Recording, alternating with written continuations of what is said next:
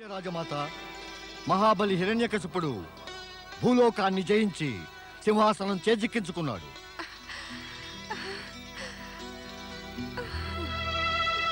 దైత్య రాజమాత దితికి జై! దైత్య గురువు శుక్రాచార్యులకు జై! దైత్య గురువు శుక్రాచార్యులకు జై! ప్రణామం మాత. పృథ్వీ విజేత హిరణ్యకశప, నీవిక త్రిలోక విజేతవు కావాలి. ఇది నా ఆశీర్వాదం. దైత్య గురువులకు ప్రణామం. దైత్య గురు. యశస్వీ భవ. మహాబలి హిరణ్యకశిపునికి జై! మహాబలి హిరణ్యకశిపునికి జై!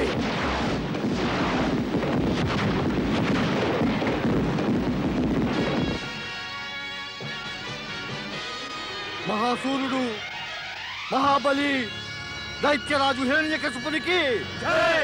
దైత్యరాజు హిరణ్యకశిపునికి జై! దైత్య గురువు శుక్రాచార్యులకు జై! దైత్య వీర, దైత్య గురువు శుక్రాచార్యుల శుభాకాంక్షలనందుకు. నీవు భూలోకాన్ని జయించటం వల్ల దైత్య జాతి ప్రతిష్ఠ పెరిగింది. కానీ మానవులలో, ఆ దేవతలలో కూడా అంతులేని భయం వ్యాపించింది. దేవతల శ్రేయోభిలాషి విష్ణువేమో దైత్యులకు విరుద్ధంగా కుట్రలు పన్ని వారందరినీ స్వర్గం నుంచి పారద్రోలి తన శక్తి యొక్క ప్రదర్శన చెయ్యగలిగాడు. కాని నీవు కూడా భూమిపై మళ్ళీ అసురధ్వజాన్ని ఎగరవేసి దేవతలకు ఆ విష్ణువు యొక్క శక్తికి గట్టిగా సమాధానమిచ్చావు. మేము నీ దైత్య గురువుగా ఎంతో సంతోషించాం. దైత్యరాజు హిరణ్యకశిపునికి జై! దైత్య గురువు శుక్రాచార్యులకు జై! హిరణ్యకశిప!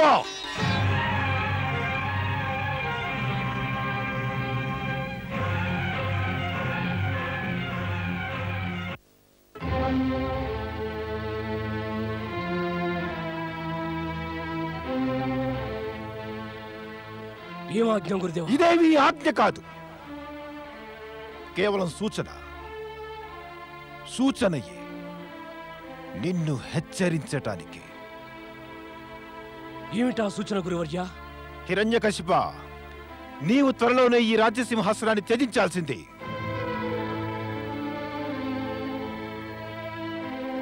ఎందుకు దైత్య గురు? అలా ఎందుకని? నేను ఈ రాజ్య సింహాసనాన్ని త్యజించాలా?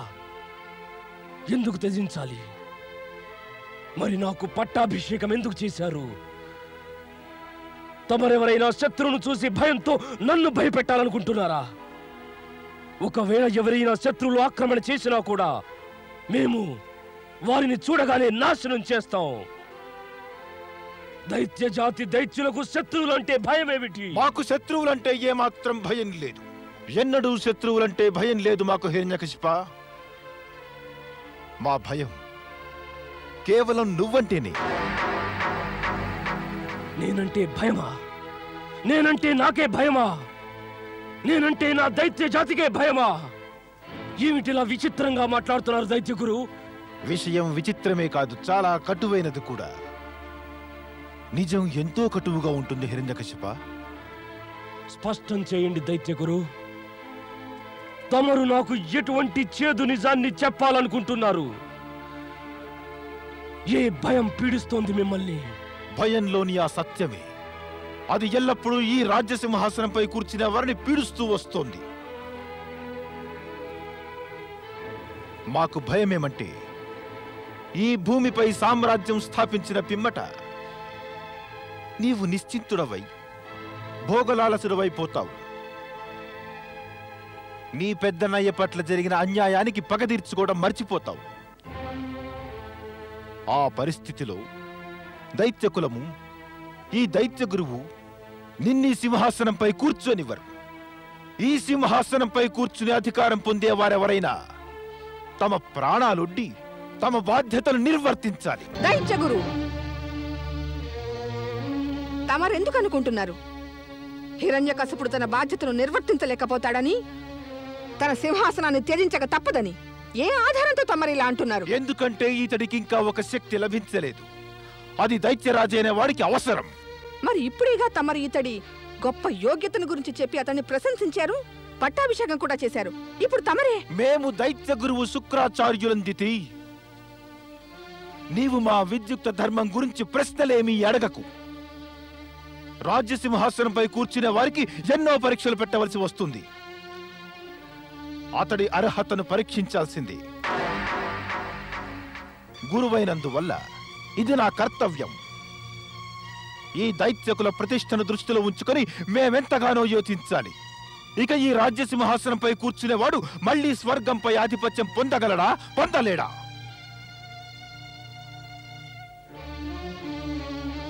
భూమి పాతాళాలలో దైత్య సామ్రాజ్యపు ధ్వజాన్ని ఎగరవేసి శత్రువులైన దేవతలు వారి హితం కోరే విష్ణువు చేసే కుతంత్రాల్ని విఫలం చెయ్యగలడా, లేదా? లేకపోతే అతడి సింహాసనానికి యోగ్యుడు, అర్హుడు కాలేడు. అర్హుడైతే అతడు కఠోర తపస్సు చెయ్యాలి. కఠోర తపస్సా? ఎందుకని దైత్య గురు? దితి, నీవు ప్రశ్నల మీద ప్రశ్నలు వేసి మా గురువుల అధికారాన్నే ఎదిరిస్తున్నావు. గురువులే ప్రశ్నలు వేస్తారు, సమాధానాలు వింటారు. ఇక గురువులను ఎదిరిస్తూ ప్రశ్నలు వేసే సమయం వచ్చిందా? అయితే ఇక తెలుసుకో, పిల్లలే తమ తల్లిదండ్రులను కూడా అవమానపరిచి మందలించే కాలం కూడా వచ్చినట్టే. దైత్య గురు, నేను నన్ను చెప్పని. కులం దైత్యులదైనా లేక దేవతలదైనా, మానవులదైనా లేక గంధర్వులదైనా, ఎక్కడైనా సరే తల్లిదండ్రులు, గురువు అవమానం పాలైతే నికరమైన సత్యం ఒక్కటే: కాలం ఆ కులాన్ని కాస్త కాస్తగా చూస్తూ ఉండగానే కబళిస్తుంది. దైత్య కులానికి ఇటువంటి విషమ భయంకర స్థితి వద్దు. అందువల్ల దితి, నీవు జాగ్రత్తగా ఉండాలి సుమా. క్షమించండి దైత్య గురు. నా అభిప్రాయం తమ అధికారాన్ని ఎదిరించాలని కాదు, దానికి గౌరవం ప్రసాదించాలని. తమరే గనక ఆజ్ఞాపిస్తే మన హిరణ్యకశిపుడు తపస్సు తప్పక చేస్తాడు. అవును గురువర్యా, నేను తమరి ఆజ్ఞను తప్పక పాటిస్తాను. అందులోనే నీకు, మాకు, మన సమస్త దైత్య కులానికి హిత ఉంది. నీ తల్లి దితి అనుకుంటోంది నీవు శక్తివంతుడవని, నీవు తపస్సు చేయవలసిన అవసరమేమీ లేదని. కానీ నేను కోరేదల్లా, నీవు కఠోర తపస్సు ద్వారా బ్రహ్మను ప్రసన్నుణ్ణి కావించి ఆయనను అజయ్యుడవ్వాలనే వరాన్ని కోరుకో. అట్టి వరం నేటిదాకా ఏ అసురుడు కోరి ఉండరాదు. అప్పుడు నీవు సర్వశక్తివంతుడవైపోతావు. శత్రువులు నీకేసి కన్నెత్తి చూడనైనా చూడలేరు. చెప్పు, నీకు నా ఆజ్ఞ సమ్మతమేనంటావా కాదా? కాకపోతే నే వెడతాను. గురువర్యా, తమకు మళ్ళీ చెబుతున్నాను, నేను తమరి ఆజ్ఞను తప్పకుండా పాటిస్తాను. వత్స, నేను నీకు చెబుతున్నది నీవు చెయ్యాల్సింది. అంతా దైత్యకులం భద్రంగా ఉండటానికి ఎంతో అవసరం. నాకు తమ అభిప్రాయం అర్థమవుతోంది గురువర్యా. నేను నేడే తపస్సుకై ప్రయాణమవుతాను. తపస్సును ప్రారంభించే ముందుగా నీవు ఒక ప్రతిజ్ఞ చెయ్యవలసి ఉంది. ప్రాణానికి సంకటం కలిగినా కూడా నీవు తపస్సు చేయడం మానరాదు. నేను ప్రతిజ్ఞ చేస్తున్నాను. తమకు నమ్మకం కలిగిస్తున్నాను గురువర్యా. నా ఈ తనువులో ప్రాణముండగా అన్ని కష్టాలకు వచ్చుకుని నా తపస్సును పూర్తి చేస్తాను. నా ఆశీర్వాదం నీకు మార్గదర్శకం కాగలదు. హిరణ్యకశిప, జగతిలో నీవు సర్వశక్తివంతుడమైన సామ్రాట్టువు కాగలవు. దైత్య గురువు శుక్రాచార్యులకి, దైత్యరాజు హిరణ్యకశిపునికి, దైత్యరాజు హిరణ్యకశిపునికి.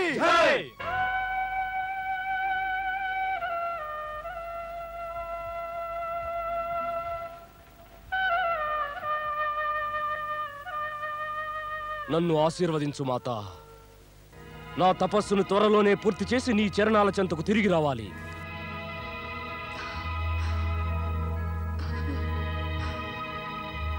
వెళ్ళు గొప్ప సఫలత సాధించడానికి కఠోర తపస్సుకై వెళ్ళు. విధాత నీకు సామర్థ్యం తప్పక ఇస్తాడు.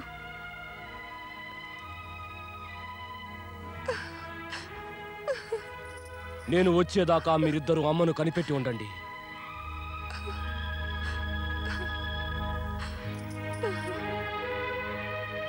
సేనాపతి దుందిపినినాదా, మేము లేనంత కాలము నీవు దైత్య సామ్రాజ్య సంచాలకుడవై ఉండు. తమరి ఆజ్ఞను పాటిస్తాం మహాబలి.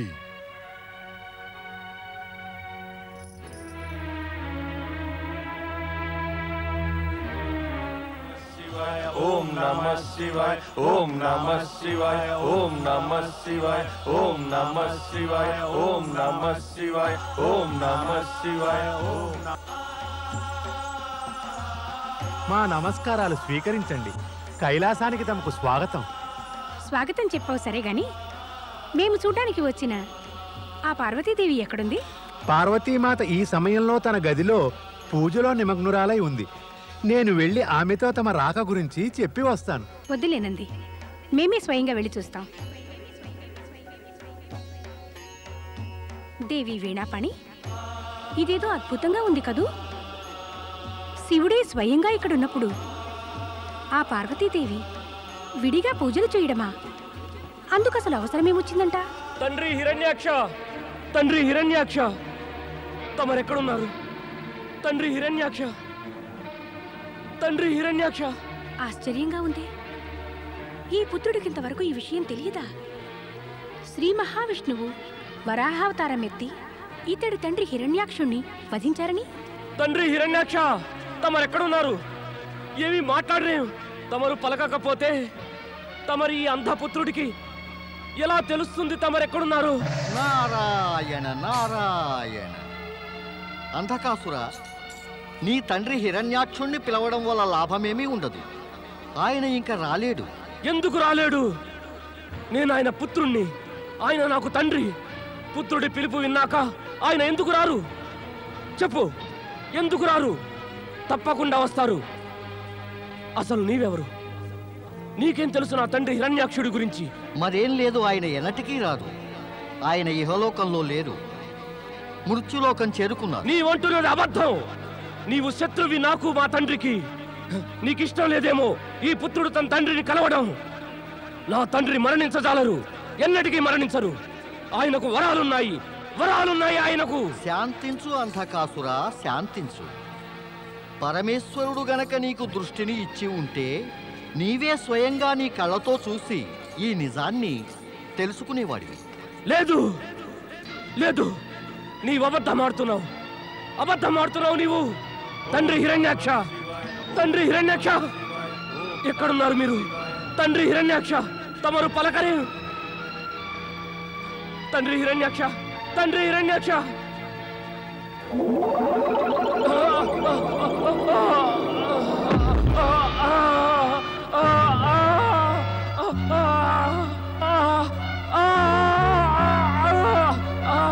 నారాయణ నారాయణ. దేవర్షి నారద, తమరా? మాత, నన్ను ఇతడితో చూసి తమరు ఆశ్చర్యపడకండి. నా ఆశ్చర్యానికి కారణాన్ని నా ఊహలను పసికట్టేశావు నారదా. ఏం చేయను మాత, ఊహలను పసిగట్టడం, కారణాలు తెలుసుకోవడం నాకు అలవాటే. నారాయణ నారాయణ. నిజానికి మాత, నేను బ్రహ్మలోకంలోనూ వైకుంఠంలోనూ తిరిగి మరీ ఇక్కడికి వచ్చాను. ఈ ఇరువురు మాతల దర్శనము అక్కడ లభించక వీరి వెంటనే ఇక్కడికి వచ్చేశాను. ఇదంతా మా ముగ్గురిలో ఎవ్వరము కూడా నేనేమీ అడగలేదు కదా నారదా. నారాయణ నారాయణ. ఇక నేను వెళ్తాను, మీరు ముగ్గురు మాట్లాడుకోండి. ఇక్కడ ఉండి నేను చేసేదే ఉంది. నారదా, మేము నిన్నొక ముఖ్య విషయం గురించి అడగాలి. నన్నా? నారాయణ నారాయణ. నేను శ్రీ మహావిష్ణువు పరమపిత బ్రహ్మదేవుని కన్నా ఎక్కువ ఏం చెప్పగలను? అడగవలసిందేదో వారిని అడగండి. అయినా కూడా మీరంతా ఎంతో కాలం తర్వాత కలుసుకున్నారేమో, సంతోషంగా కలుసుకోండి, మాట్లాడుకోండి. నేను ఆ పరమేశ్వరుని దర్శనం చేసుకుని వెళతాను. నారాయణ నారాయణ. నారదుడు భలే చిత్రుడు. మనం అడగదలుచుకున్నది అడగనివ్వనే లేదు.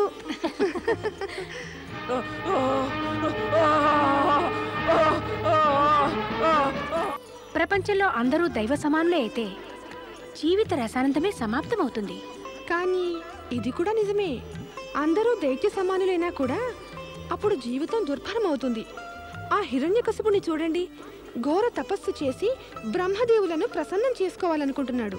అతడి తపస్సే గనక సఫలమైపోయి అతడే గనక వరాలను పొందితే దేవతలు మానవులు కష్టాల పాలైపోతారు. త్రిమూర్తులు పరుగులు పెట్టడం మొదలెడతారు. మనకిక కష్టాలొస్తాయి. దేవి సరస్వతి, బ్రహ్మదేవులకు చెప్పండి ఏమీ వరాలు ఇవ్వవద్దని. లేకపోతే అతడు ప్రళయం సృష్టించక మానడు. బ్రహ్మదేవులు నా మాట వింటే కదా నేను చెప్పినట్టుగా వారు చేయడానికి. సరే, భర్త భార్య మాట వినడట. మరి శ్రీ మహావిష్ణువు మీ మాట వింటారా? నేనైతే ఆయన్ను నా మాట ఒప్పించి తీరుతాను. మనకనిపిస్తుంది మన భర్తలు మనం చెప్పిన మాట వింటున్నారని. కానీ నిజం చెప్పాలంటే మన మాటల్లో వారు వినేవి ఆ విధి విధానాన్ని అనుసరించి ఆచరణీయమైనవి. మనమంతా కూడా ప్రకృతి నియమాలకు కట్టుబడి ఉంటాం.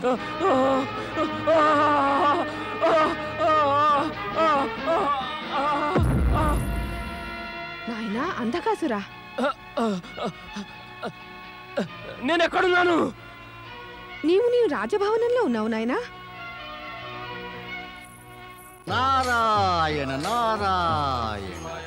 ఓం నమః శివాయ. రా నారదా, ఈ దేవిమణులిద్దరూ కైలాసానికి నీ ప్రేరణతో గాని వచ్చారా? పరమేశ, తమరు సర్వజ్ఞులు అంతర్యామి కూడా. మరి నన్నెందుకు అడుగుతున్నారు? నిజానికి నేనే తమరిని ఏదో అడుగుదామని వచ్చానాయే. నీవు నన్ను అడుగుదామని వచ్చావా? శత్రుడవేలే, అడుగు. ఏమడగదలిచావు? పరమేశ, దైత్య గురువు శుక్రాచార్యులు తమ ఆరాధకుడు ఇంకా శిష్యుడును. అవును, అయితే తమరు దైత్య గురువు శుక్రాచార్యుల ద్వారా హిరణ్యకశిపుణ్ణి తపస్సుకై పంపించారెందుకు పరమేశ? ఆ దైత్యుడు కఠోర తపస్సు చేసి పరమపిత బ్రహ్మదేవుల నుంచి తాను కోరిన వరాలను పొందుతాడు. వాడి దుష్టత్వం పెరుగుతుంది, వాడి అత్యాచారాలు పెరుగుతాయి. మరి పరమేశ, ఇక స్వర్గము దేవతలు ఏం కావాలి? దీనికి సమాధానం మేము నీకు ముందే చెప్పాము కదా నారదా. ఎప్పుడు? ఏం సమాధానం పరమేశ? అదే సమాధానం. అందులో మేము శ్రీ మహావిష్ణువు అవతారాలను ప్రస్తావించాం. విష్ణు అంతే, ఇంకేమీ ఎక్కువగా అడక్కు. మేమేమీ చెప్పలేము.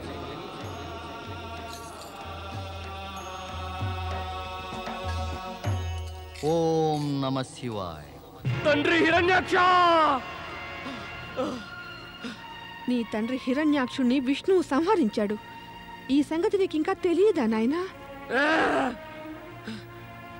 అయితే నారదుడు చెప్పినది నిజమేనా? నా తండ్రి వద్ద కనుక నేనుంటే ఇలా ఎన్నడూ జరగనిచ్చేవాణ్ణి కాను. అసలు నీవిప్పటిదాకా ఎక్కడున్నావు? నేను కైలాసంలో ఉన్నాను. నేను ఇక్కడికి ఎలా వచ్చానో నాకే తెలియదు. దైత్య రాజమాత దితికి జయము. ఏం సమాచారం తెచ్చావు సేనాపతి? దైత్య సామ్రాజ్యంలో అంతా కుశలంగానే ఉంది. మన దైత్య సామ్రాట్టు హిరణ్యకశిపుడు కఠోర తపస్సును ప్రారంభించారు. ఏమిటి? చిన్నాన్న హిరణ్యకశిపుడు తపస్సును ప్రారంభించారా? ఎందుకోసం? నీ తండ్రి వధకై ప్రతీకారం తీర్చుకోవడానికి. ఈ తపస్సు వల్ల వరాలను సంపాదిస్తే అవి మన శత్రువుల వినాశానికి కారణమవుతాయి.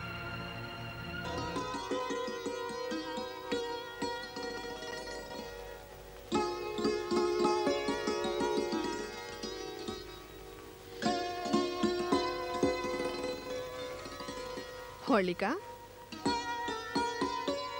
నీ మనస్థితి ఏంటో నాకు అర్థమైంది. సేనాపతి దుందుబుని నాదునితో నీ వివాహం తప్పక జరుగుతుంది. కానీ హిరణ్యకశిపుడు తపస్సు సఫలమైన తర్వాతనే ఓం బ్రహ్మదేవాయ నమః. ఓం బ్రహ్మదేవాయ నమః. ఓం బ్రహ్మదేవాయ నమః. ఓం బ్రహ్మదేవాయ నమః. ఓం బ్రహ్మదేవాయ నమః. ఓం బ్రహ్మదేవాయ నమః. ఓం బ్రహ్మదేవాయ నమః. ఓం బ్రహ్మదేవాయ నమః. ఓం బ్రహ్మదేవాయ నమః.